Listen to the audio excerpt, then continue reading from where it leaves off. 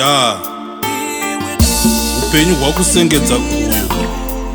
uchishambira mudziva rine ngwindi ya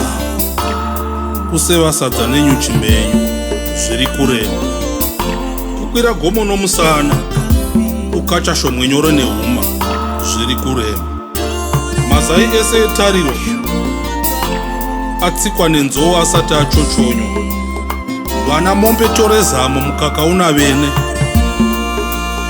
vodiridza dzinde rorugare rwavo nedikita rako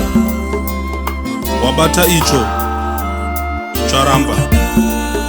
wabata icho charamba votora mapfihwa ako kuvigira vari mugomo vaganhiri vakashonga shambo dzovutsinye zvinorema mashoko omurume wako uruma sechikara simba romukadzi rawandira pamuromo sepinjisi vana vapanduka shamwari dzokurapa meso nemhiripiri iwe daidziraho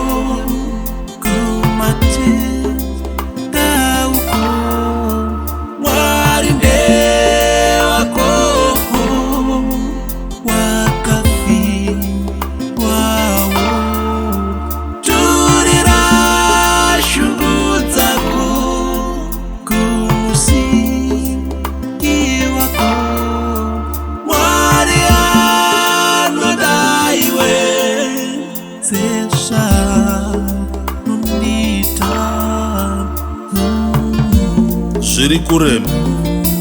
wobvutirwa nechiri muruoko woshungurudzwa ndimwari wenherera nechirikadzi musumudzi wamarombe misodzi yako haidonheri pasina denga kuna mwari vanoona nezita rajesu chinototsa ngachikanye mazambuko ngaaite madziva razaro ngaamuke namata mwari vanonzwa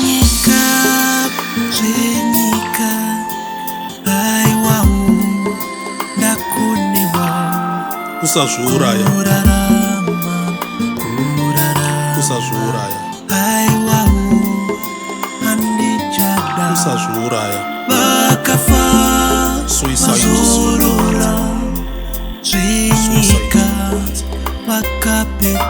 usazviuraya usazviuraya death is permanent problems are temporary fight on pray on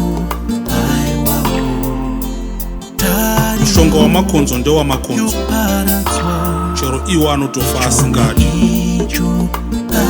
usafa usazviuraya chero zvasunga usazvisungirira sungirira seri komukwidza kuna mateyo there's a rainbow after a storm storms don't last forever usazviuraya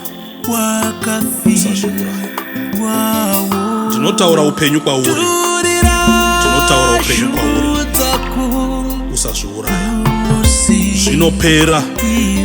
usazviuraya pane zvakufungisa rufu here usazviuraya tora nhamba idzi tibatane titaure usazviuraya 0735 690 240 ndinodzokora zvekare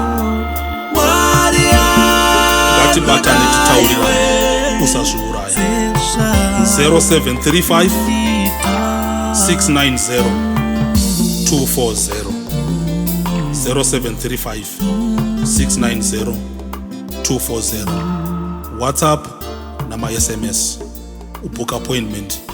titaure Pastor Aaron Rusukira.